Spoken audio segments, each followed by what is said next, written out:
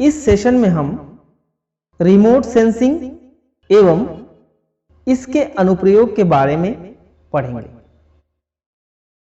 Remote sensing and its application.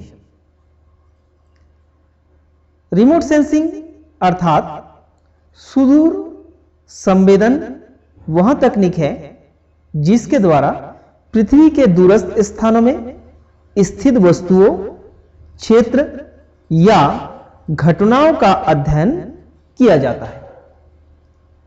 Remote sensing में वस्तुओं के भौतिक संपर्क के बिना उसके बारे में जानकारी प्राप्त की जाती है।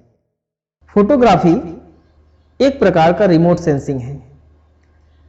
रिमोट सेंसिंग का कार्यविधि वस्तुओं के भौतिक गुणों जैसे स्थिति, आकार, रंग, प्रकृति, ताप आदि पर आधारित होता है। रिमोट सेंसिंग के लिए कृत्रिम उपग्रहों का उपयोग किया जाता है।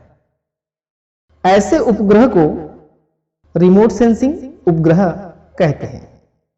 रिमोट सेंसिंग उपग्रह की कक्षा भू-स्थैतिक उपग्रह की कक्षा से अलग होती है तथा पृथ्वी तल से इसकी ऊंचाई भू-स्थैतिक उपग्रह की तुलना में बहुत कम होती है, यानी 36,000 किलोमीटर से कम होती है।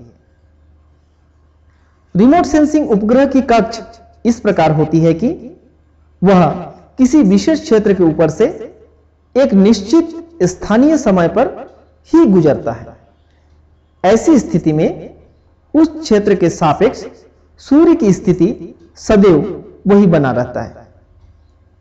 ऐसी कक्ष को सूर्य तुल्यकालिक कक्ष कहते हैं।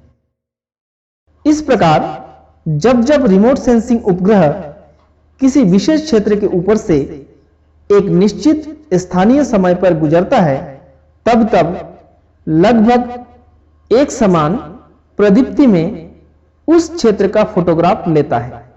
इस फोटोग्राफ के अध्ययन से उस क्षेत्र विशेष के बारे में जानकारियां प्राप्त होती है।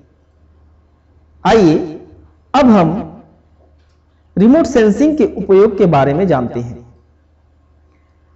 रिमोट सेंसिंग उपग्रह का उपयोग इन उद्देश्यों की पूर्ति हेतु किया जाता है। पहला, पृथ्वी के किसी बड़े भूभाग का मानचित्र बनाने में। दूसरा, भूमिगत जल सर्वेक्षण में।